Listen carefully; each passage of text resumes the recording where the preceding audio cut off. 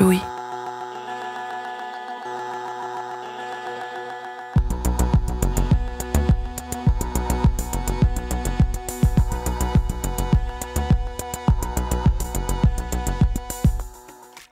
Quand j'étais au CP, j'avais une institutrice fantastique.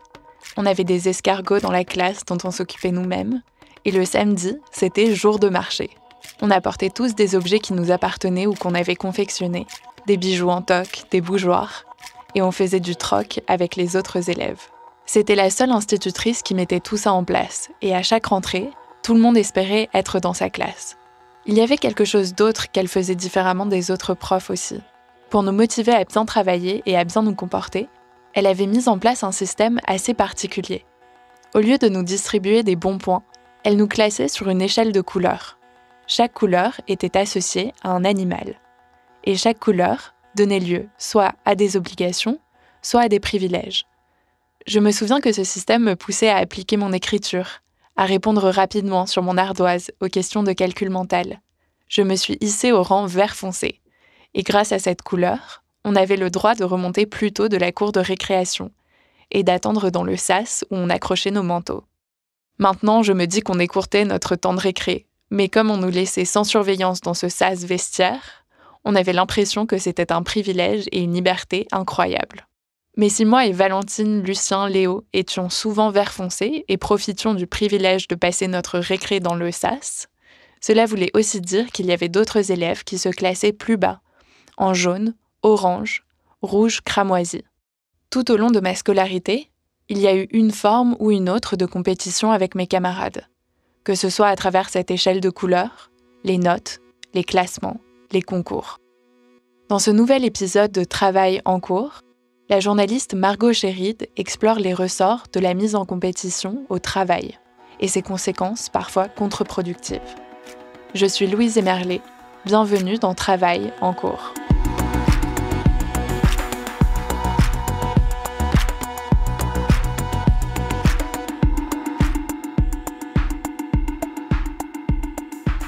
Qu'est-ce qui nous pousse à faire du bon travail ? À travers mon parcours pro, des boulots étudiants à mes débuts en tant que journaliste, j'ai compris que l'une de mes principales motivations, c'est la compétition. Je me souviens d'un petit job étudiant il y a quelques années. Je terminais mes études à Londres et je travaillais sur un marché pour un centre de vente de fromage. On était 2 à répéter les mêmes tâches. Donner des informations sur nos produits, peser le fromage, proposer une jolie présentation et encaisser le client. À aucun moment, mes supérieurs ne m'avaient dit « Si tu fais mieux que Chiara, ma collègue italienne de l'époque, tu auras une récompense. » Mais c'était plus fort que moi. Il fallait que je sois plus rapide et plus efficace qu'elle. C'était ma façon de mesurer si j'étais bonne dans mon travail ou non. En clair, être bonne, c'était être meilleure que Chiara. Quand ma collègue était absente, le match entre elle et moi disparaissait et je devenais beaucoup, mais alors beaucoup moins efficace. Je perdais le boost provoqué par cette compétition imaginaire. Me comparer aux personnes avec qui je travaille, c'est assez naturel chez moi. J'instaure moi-même ce rapport de rivalité. Mais en discutant avec mes proches, j'ai compris que bien souvent, ce sont les entreprises qui imposent à leurs employés d'entrer dans cette logique de concurrence. Je m'appelle Pierre, j'ai 29 ans et j'ai travaillé en logistique pendant un petit moment dans une grande boîte de boissons française. Donc mon travail, c'était préparateur de commandes. Donc ça allait du picking des produits, simplement aller les chercher dans les allées, jusqu'au conditionnement, le chargement des camions, etc. Dès son premier jour de travail, mon frère, Pierre, constate qu'il est mis en compétition avec ses collègues via un système de classement. Quand je suis arrivé dans la société, je me suis aperçu qu'il y avait un écran où figuraient plus ou moins les scores de chacun des employés, donc le nombre de commandes préparées dans différents domaines, la vitesse plus ou moins à laquelle ils travaillaient. Donc c'était un écran qui était situé au milieu de l'entrepôt, tout le monde pouvait y avoir accès, même les employés, mais aussi les managers, etc. Donc moi j'ai trouvé que c'était un système qui était plutôt porteur au final. On se mettait un petit peu en compétition entre nous, mais une compétition très positive, pas une course à l'avancement ou autre. Au contraire, on se tirait un petit peu la bourre comme de bons copains au travail. C'était plutôt sympa. J'ai été très surpris au début de voir qu'on comptabilisait les commandes. Au final, ça s'est bien passé. Je précise que c'était une entreprise assez jeune, avec assez peu de monde en logistique, une quinzaine de personnes, une équipe plutôt soudée. Donc, je pense que ça facilitait l'existence d'un tel dispositif. qui à mon avis est plus dur à mettre en place à grande échelle. Mais là, c'était vraiment pas un outil stressant. Je veux dire, il n'y avait pas spécialement de récompense pour le meilleur. Celui qui était à la fin du classement n'était pas forcément pointé du doigt non plus. Tout le monde se connaissait, tout le monde savait que certaines tâches étaient un petit peu plus longues et que ce tableau reflétait pas non plus toujours la vérité. Pierre m'a parlé de ses conditions de travail. Un boulot physique, payé à peine plus qu'un SMIC, des journées qui débutent à 6 heures du matin, se terminent à 13 heures et qui ne sont entrecoupées que de 2 pauses de 10 minutes. La compétition lui permet de donner un certain sens à ce travail éprouvant. Personnellement, j'ai très bien vécu cette mise en compétition, ayant moi-même l'esprit, je pense, d'un compétiteur et aimant comparer mes performances à celles de mes voisins. Ça a donné du relief à mes journées, alors que c'était un travail simple, très alimentaire. Ça m'a permis vraiment de faire passer le temps et de trouver du plaisir dans ce que je faisais. J'arrivais quand même à bien me classer. Je suis jeune, je suis en bonne condition physique et j'étais très très motivé par le poste à l'époque. Je venais d'arriver en CDD, j'avais aussi envie de continuer là-bas. Donc ça me donnait encore plus envie de faire mes preuves. Avant cette expérience de la compétition au travail, qu'il décrit comme plutôt bon enfant, Pierre avait déjà été confronté à la concurrence entre collègues, d'une façon bien plus stressante. J'ai également vécu la compétition dans l'intérim. C'était dans le cadre de missions d'intérim très courtes, 1 ou 2 jours, qui constituaient à effectuer des inventaires. Et là, en revanche, on était réunis à la fin de la journée pour qu'on nous lise nos chiffres, en sachant pertinemment qu'au-delà d'une certaine position dans le classement, nous ne serions pas repris. Donc tout était public, ceux qu'on n'allait plus revoir du jour au lendemain, ceux qui venaient de perdre leur travail et ceux qui le gardaient. Avec cette fois-ci parfois une notion de prime. Ça, je n'ai clairement pas apprécié. C'est de la mise en compétition, mais clairement malsaine. Ça ne peut pas promouvoir une efficacité plus grande au travail, un plus grand bien-être au travail, une sorte de complicité entre travailleurs, non. Quand dans la compétition, le perdant perd tout simplement son travail, alors que généralement, les gens qui font des inventaires, c'est des gens qui n'ont pas vraiment le choix, pas d'autres ressources. J'ai trouvé ça extrêmement limite. Il y a quelques semaines, j'ai lancé un appel sur Twitter en demandant aux internautes s'ils avaient déjà été mis en compétition directe avec leurs collègues. L'un d'eux m'a alors gentiment répondu « Sérieux, vous vivez dans quel monde ? Dans toutes les boîtes, publiques ou privées, les gens sont mis en concurrence en permanence. » Cécile Weizen, une experte en management que j'ai rencontrée, me l'a confirmé. Utiliser la compétition pour motiver ses équipes, c'est quelque chose de très courant, presque de ritualisé dans certains secteurs. Et cette technique de management par la compétition n'est pas tout à fait nouvelle. Alors quand je dis que l'esprit de compétition a toujours existé, je parle en fait du monde du travail, on va dire moderne ou contemporain.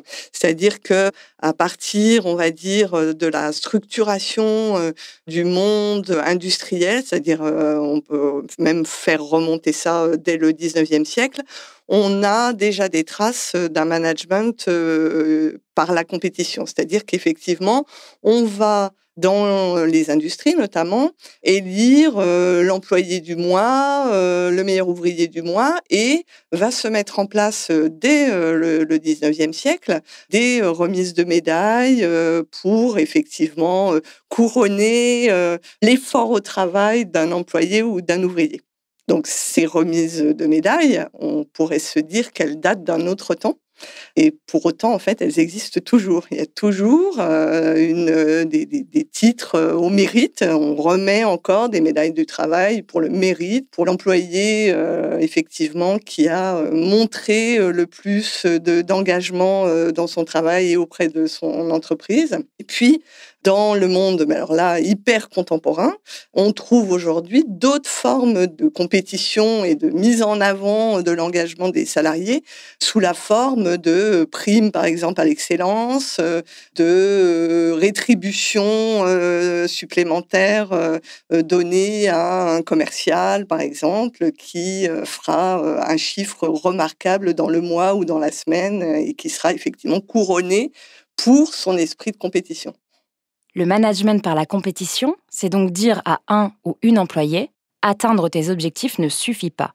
Tu dois être meilleur que les autres si tu veux être récompensé. » on retrouve, par exemple, d'une manière quasi systématique, cet esprit de management par la compétition qui est développé notamment dans des plateformes téléphoniques, dans les plateformes d'appel. C'est vrai que souvent, dans les plateformes marketing, de marketing direct, on objective le salarié sur effectivement des taux de réussite et généralement, au début de la journée, on va donner les objectifs à tenir à chacun de ces salariés et à la fin de la journée, on va attribuer sur un tableau le classement des meilleurs salariés, de ceux qui auront effectivement réussi les meilleurs objectifs de la journée. On retrouve cette chose-là aussi dans des magasins, par exemple, de Sephora, mais je pense que c'est commun à toutes les grandes enseignes, on va dire, de commerce. Chaque matin, les managers objectivent en fait leurs vendeurs. Et en fin de journée, on fait le bilan des objectifs tenus en termes commerciaux par ces vendeurs. Et à la fin du mois, généralement, on va rétribuer sous une forme ou sous une autre cet esprit de compétition du salarié. Alors soit en lui remettant une bouteille de champagne, moi j'ai vu ça assez couramment, soit en lui donnant une prime exceptionnelle, soit en lui offrant un voyage. Enfin, il y a toutes sortes de rétributions qui se font sur effectivement l'engagement du salarié. Et donc, le management est vraiment appuyé sur ce développement de l'esprit de compétition. On peut donc manager par la compétition en récompensant les premiers du classement. Mais souvent, cette méthode s'accompagne d'une logique de sanction à l'encontre des plus mauvais employés. C'est ce que l'ancien DRH, Didier Bill, dénonce dans son essai paru en 2018, DRH, la machine à broyer. Il cible notamment une technique appelée la sous-notation forcée. En français, la sous-notation forcée, en anglais le forced ranking, en fait, cela a été mis en place par General Electric. Donc, globalement, pour faire simple, on demande aux managers régulièrement, donc au moins une fois par année, de classer les salariés. Sur une échelle ça change d'une entreprise à l'autre, ça va de 1 à 5, de 1 à 3, parfois ce sont des mots. Donc, le plus bas, c'est low performer, le plus haut, c'est role model, bon bref, vous avez compris le système, je pense. Excepté qu'on ne donne pas la liberté au manager de réellement noter les salariés. On lui impose d'avoir un certain pourcentage de son équipe dans les mauvais. Vous leur imposez cela, avec comme objectif double, 1, mettre effectivement les salariés sous pression, et 2, d'organiser quasiment une rotation naturelle des salariés. C'est-à-dire que lorsque un salarié se retrouve, je reviens sur General Electric, se retrouvait 2 années de suite mal classé, c'était la porte. Quand General Electric avait besoin de faire des économies, c'était une seule année mal classée, c'était la porte. Donc, vous les mettez sous pression, les salariés comprennent très bien le jeu et vivent dans la peur constante d'être sous-notés. Alors, officiellement, General Electric n'a fait cela que pendant 5 ans. En fait, General Electric continue à le faire, mais aujourd'hui, ce n'est plus officiel. C'est-à-dire, quand je dis que c'est officiel, il s'en vantait. Il vantait les mérites de sous-noter les gens, de les mettre sous pression. Et ils expliquaient cela notamment au travers de ce qu'ils appelaient la vitality curve, qu'on peut appeler par la courbe de vitalité, donc qui est une courbe en forme de cloche, une courbe de Gauss. Et donc, selon eux, les salariés, on pouvait les classer globalement sur cette courbe, avec d'une extrême ceux qui sont vraiment en dessous de la performance, et à l'autre côté de l'extrême, ceux qui sont meilleurs, qui sont au-delà de la performance. Et l'objectif de toute cette sous-notation, c'était petit à petit de ramener cette courbe de plus en plus du bon côté, en disant, on supprime les éléments faibles, j'utilise à dessein des termes cyniques, on supprime les éléments faibles et on va les remplacer par d'autres. Et ceux qu'on garde en plus, on leur met la pression pour qu'ils continuent à courir plus vite, etc. C'est le principe de la sous-notation forcée qui est aujourd'hui très, très, très répandu. En France, c'est interdit, même si aucune entreprise n'a jamais été condamnée jusqu'à présent. Vous devez probablement vous dire que si ce management par la compétition est aussi présent dans le monde du travail, c'est qu'il doit fonctionner. J'ai demandé à Didier Bill, qui a utilisé la mise en concurrence des salariés pendant 23 ans lorsqu'il était directeur des ressources humaines, s'il était aujourd'hui convaincu de leur utilité. Tout est efficace dans la gestion, mais tout n'est pas efficace tout le temps avec tout le monde. Et surtout, tout n'a pas le même prix. Je ne parle pas que du prix en termes d'argent, mais je parle du prix également en termes de conséquences, en termes de casse. Il est clair qu'instaurer une compétition un peu trop poussée ou effrénée vis-à-vis des salariés, ça va fonctionner pour certains d'entre eux, qui vont même peut-être trouver cela motivant, avec une certaine émulation. D'autres, ça ne leur convient pas. S'ils ont l'opportunité, ils partiront. S'ils n'ont pas l'opportunité, ils resteront et ils vont être en souffrance. Tôt ou tard, ceux qui, parce qu'ils étaient peut-être plus jeunes, plus diplômés, parce qu'ils n'avaient pas de contraintes familiales, sont rentrés dans le jeu de la compétition et y ont probablement trouvé satisfaction et qui ont été récompensés par l'entreprise pour cela, eux aussi paieront une addition. C'est-à-dire qu'à un moment, leur corps va dire non. À un moment, leur mental va être plus fatigué, etc. Donc, est-ce que c'est efficace? Du point de vue de l'entreprise, ça peut avoir une efficacité, puisque l'entreprise se débarrasse de ses déchets, c'est-à-dire quand un individu n'est plus apte à produire, eh bien, elle s'en débarrasse. C'est soit la sécurité sociale, ce sera soit le chômage, soit d'autres choses. Donc, pour l'entreprise, ça peut présenter un côté très bénéfique, puisqu'elle n'a pas à supporter les effets négatifs.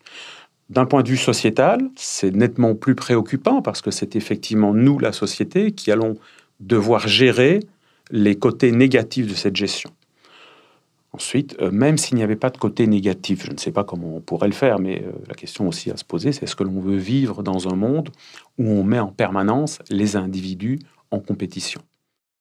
Dans son essai DRH, la machine à broyer, Didier Bill s'intéresse particulièrement aux effets de la compétition sur la santé des employés.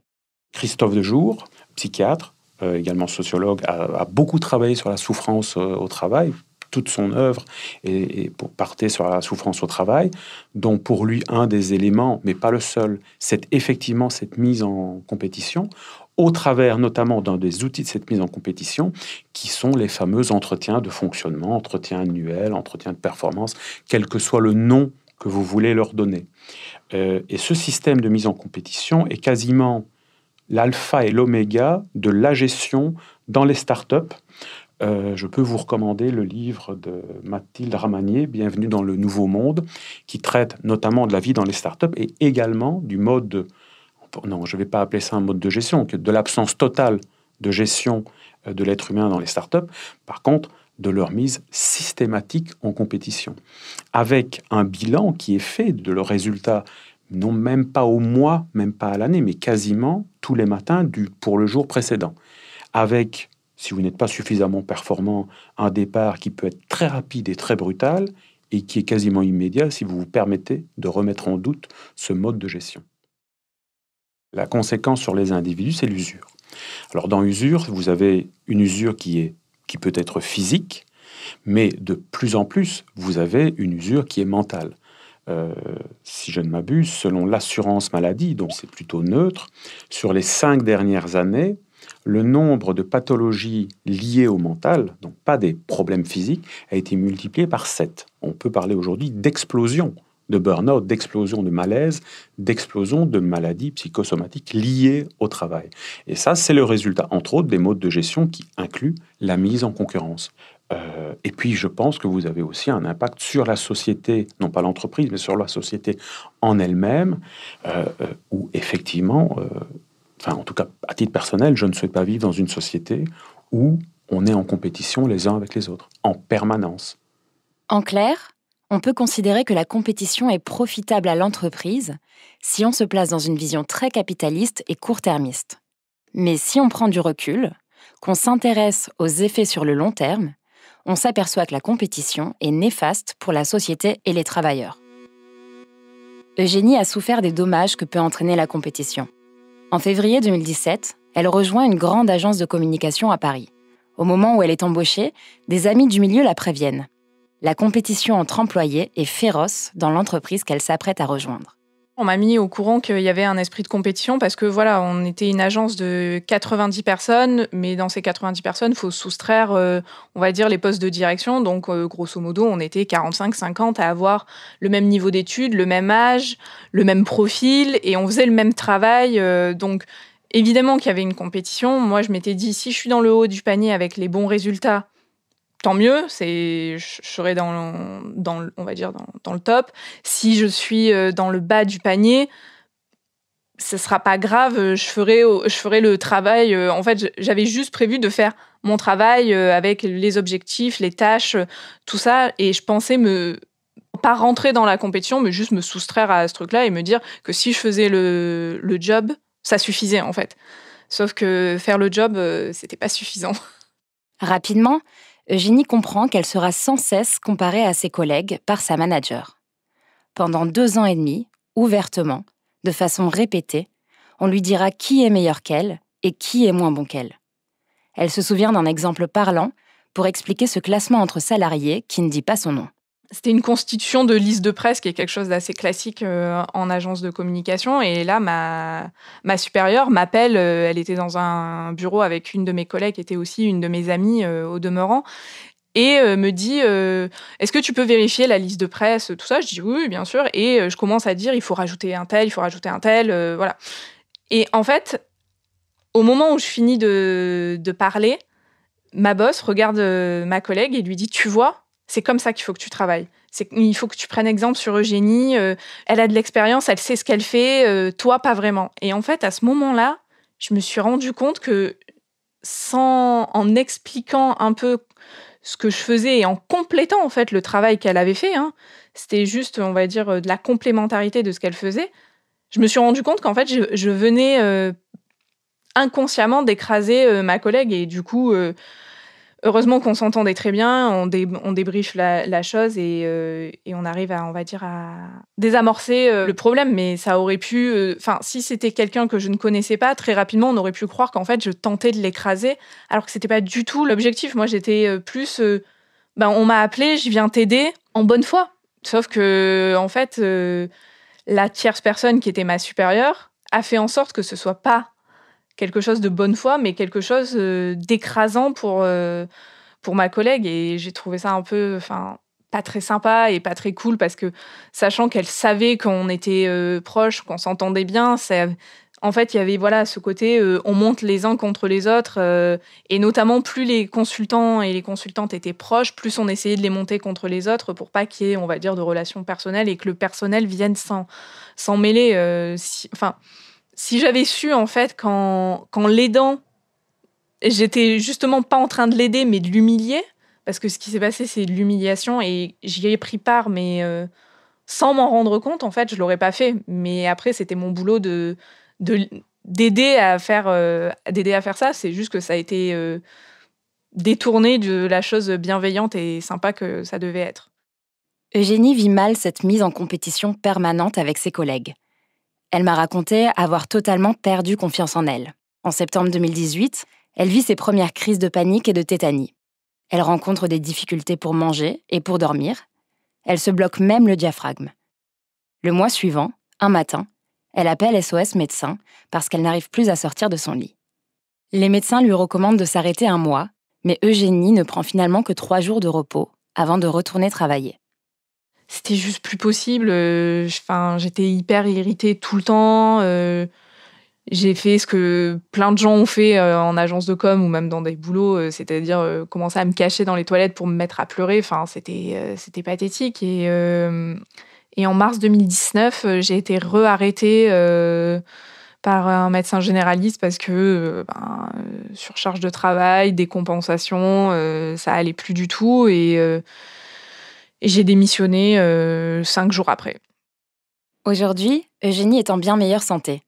Et elle accuse la mise en compétition dans son agence de com d'avoir été, en partie, à l'origine de son mal-être. C'est l'ambiance qui est instaurée par cette compétition permanente. Il y avait une ambiance carrément malsaine quand même à l'agence, où c'était de fausses amitiés, de fausses sympathies, parce que s'il fallait écraser l'autre pour avoir une promotion ou pour avoir 100 € bruts d'augmentation, les gens n'hésitaient absolument pas, quoi.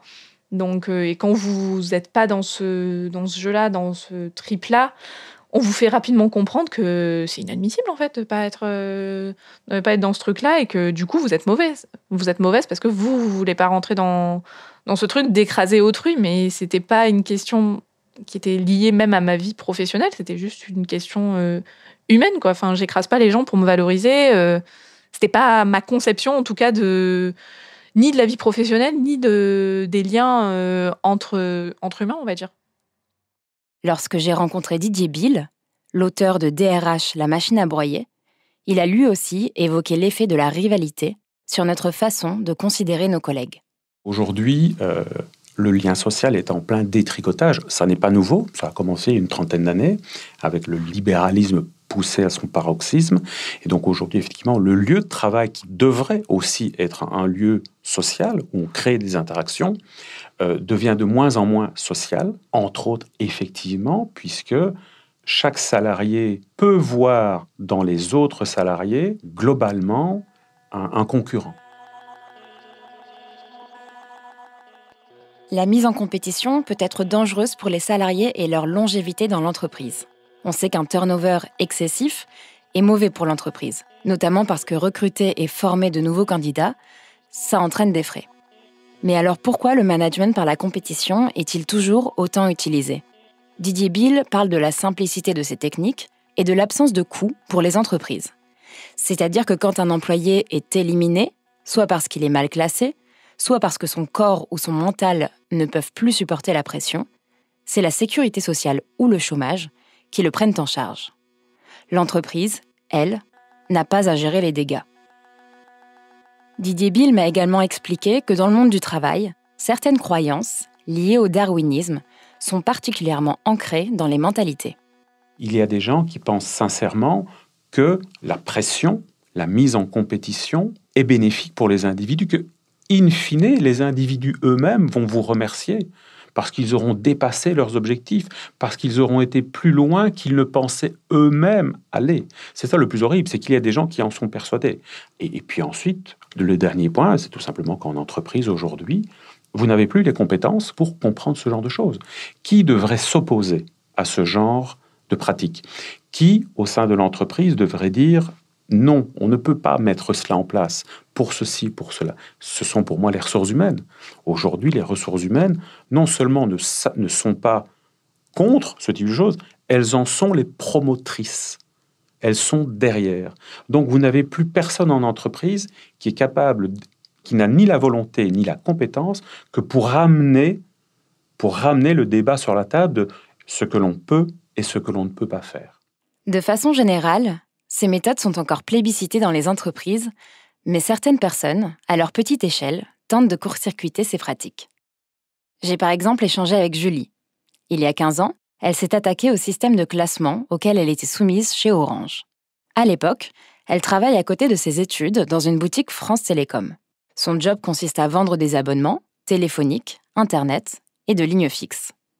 Quand elle prend son poste, elle découvre un tableau. C'était l'outil utilisé par Orange pour mettre en compétition les travailleurs.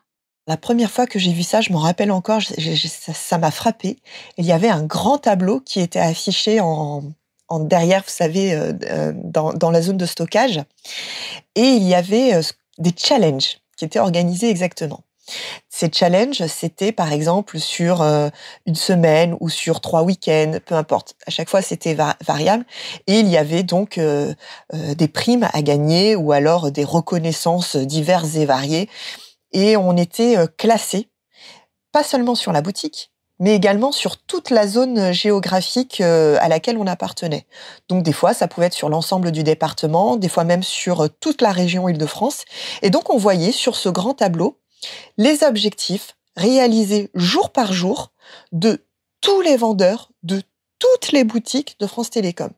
Et donc, on avait, par définition, un classement entre tous les vendeurs et on était rémunérés, récompensés en fonction de ça. Et je me rappelle de ma chef qui m'avait dit « Ah là, Julie, t'es bien classée, hein, t'as vu ?» Et en fait, moi, ça me parlait pas.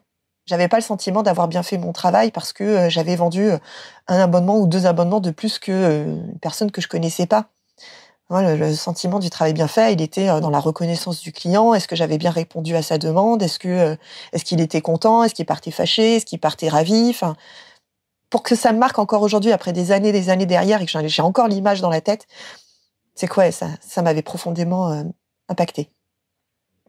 Très naturellement, s'est installée entre les vendeurs une sorte de solidarité. C'est-à-dire que notamment vers la fin du mois, puisque les objectifs étaient donnés mois par mois, Donc, vers la fin du mois, entre vendeurs, on se disait ah, t'as pas déclenché ton objectif pour les abonnements Internet?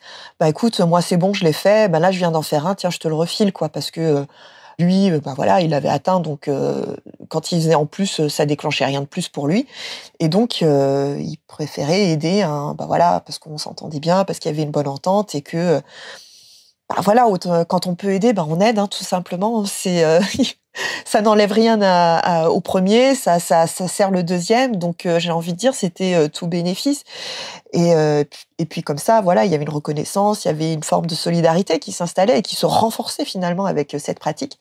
Et donc, sans que cela soit, j'ai envie de dire, coordonné, prémédité, anticipé, très vite, il y a eu cette solidarité qui s'est installée entre la plupart des vendeurs et des vendeuses. La direction est agacée par ce système et finit par interdire l'échange de ventes entre employés. Mais Julie et ses collègues contre-attaquent. On a réalisé un tract où on a essayé de démontrer que le fait de s'échanger des ventes comme ça entre nous, au contraire, renforçait l'esprit d'équipe et permettait d'avoir une meilleure cohésion. Et donc, comme on avait une meilleure cohésion, on avait une meilleure productivité parce que on pouvait bénéficier des savoir-faire des uns et des autres parce que en tant que vendeur, certains sont plus à l'aise sur certains sujets. Et donc, le fait d'installer une espèce de réciprocité entre les vendeurs, on permettait finalement aux clients d'être mieux renseignés. Voilà, quand on était moins à l'aise, on disait est-ce que tu peux venir m'aider? Et l'autre venait aider parce que nous, on l'avait aidé avant en échangeant des ventes, etc. Bref, on voyait que là-dedans, tout le monde était gagnant, aussi bien les vendeurs que les clients. Et en fait, il y en a un seul qui n'était pas gagnant là-dedans, c'était la direction. Parce que lui, il fallait qu'il verse des primes à tout le monde. Et en fait, tout ça, ils s'en foutaient du retour client, ils s'en foutaient de la cohésion d'équipe. Lui, tout ce qui l'importait, c'était l'argent, l'argent et l'argent. Voilà. Et ça, c'est pas une façon de faire, c'est pas une façon de bien fonctionner. Alors, on était étudiants à l'époque, donc plein d'idéalisme. On a essayé de le démontrer, même en citant Marcel Mauss et son étude de dons et contre-dons qui démontrait que dans une société, le fait de donner était une richesse et non pas un sacrifice. Bon, voilà, ça leur a pas trop parlé parce que j'ai été convoquée. Julie n'est pas sanctionnée par ses supérieurs. On lui tape sur les doigts, mais elle s'en moque, étant donné que son contrat étudiant arrive à son terme. Pendant cette confrontation avec ses managers, elle en remet une couche sur la théorie du don et contre-don. C'est le sociologue et anthropologue français Marcel Mauss qui a développé cette idée dans son essai sur le don de 1925. En clair, Mauss considère que le don permet d'établir des liens sociaux. Je vais te donner quelque chose, tu vas le recevoir et tu me donneras, dans le futur, autre chose d'une valeur équivalente. C'est le contre-don. Le donneur et le receveur sont liés par une forme de contrat social basé sur la confiance, qui apporterait satisfaction aux deux participants. Ils seraient tous les deux valorisés par cet échange. Julie estime qu'elle n'est pas parvenue à convertir ses supérieurs à la théorie de Marcel Mauss. Mais finalement, Orange a mis un terme à cette méthode de classement. Le service presse de la société m'a indiqué par mail que ce dispositif avait été revu en 2009 pour, je cite, « passer d'un modèle transactionnel à un modèle relationnel ». Et ils poursuivent « En changeant de modèle, Orange privilégie la qualité du service apporté ainsi que la valeur de la relation client. Depuis cette date, les indicateurs de performance sont collectifs et non plus individuels. » Vous avez probablement déjà entendu parler des concepts de management bienveillant, humain ou encore positif. Ils sont récents et semblent remettre le bien-être de l'employé au cœur de la gestion des entreprises. Je me suis demandé, est-ce qu'on peut imaginer un futur sans compétition entre collègues ? Un futur dans lequel la compétition serait remplacée par la coopération, par exemple, comme dans le témoignage de Julie. J'ai posé la question à Didier Bill. On n'en prend pas le chemin. Il y a aujourd'hui en France plus de 6 millions de chômeurs, et ce chiffre est probablement très largement sous-estimé. Pour une personne qui perd son emploi, pour une personne qui s'en va, pour une personne qui craque, mais vous en avez 10, 15 qui peuvent prendre sa place. Donc globalement, à moins qu'il n'y ait une prise de conscience, à moins que cela ne devienne politique, ça peut paraître cynique, mais il n'y a aucune raison que les entreprises ne changent leur méthode. Il y a le poids des héritages, le poids du vécu, qui fait qu'aujourd'hui, nous sommes habitués à être dans la compétition. On est dans la compétition dès l'école, en tout cas dans certains systèmes scolaires. Et effectivement, pourquoi est-ce qu'on utilise ces méthodes? Je vous répondais, pour faire simple, parce qu'elles sont faciles. Pourquoi est-ce qu'on n'en utilise pas d'autres, notamment en favorisant la coopération? Tout simplement parce que favoriser la coopération, c'est plus difficile. Ça n'est pas impossible. C'est plus vertueux, c'est plus positif in fine, mais c'est bien plus difficile que de simplement, entre guillemets, jeter un bout de viande aux gens en disant « battez-vous pour le morceau de viande ». Générer la coopération, c'est beaucoup plus compliqué. C'est un investissement sur le long terme. Mettre en compétition, vous avez un retour quasiment immédiat.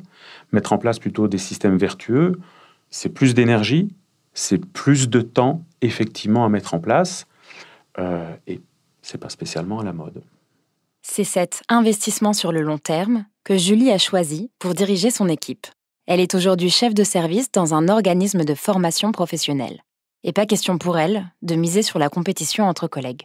C'est quand j'ai eu des responsabilités managériales que, de manière instinctive et naturelle, je savais que jamais je ne rentrerais dans un management de compétition parce que c'est pas la bonne voie, c'est pas comme ça qu'on construit une équipe, c'est pas comme ça qu'on fait naître l'esprit d'équipe, la coopération, la cohésion.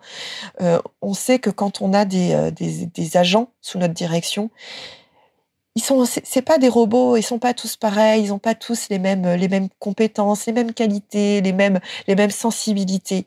Et donc, le rôle d'un chef, le rôle d'un responsable, c'est d'organiser tout ça. C'est de faire que d'individus, 1 plus 1 plus 1 plus 1, ça soit égal à une équipe. Ça, c'est le rôle d'un responsable. Julie m'a expliqué qu'elle prenait le temps d'identifier les domaines de prédilection et d'expertise de chaque membre de son équipe.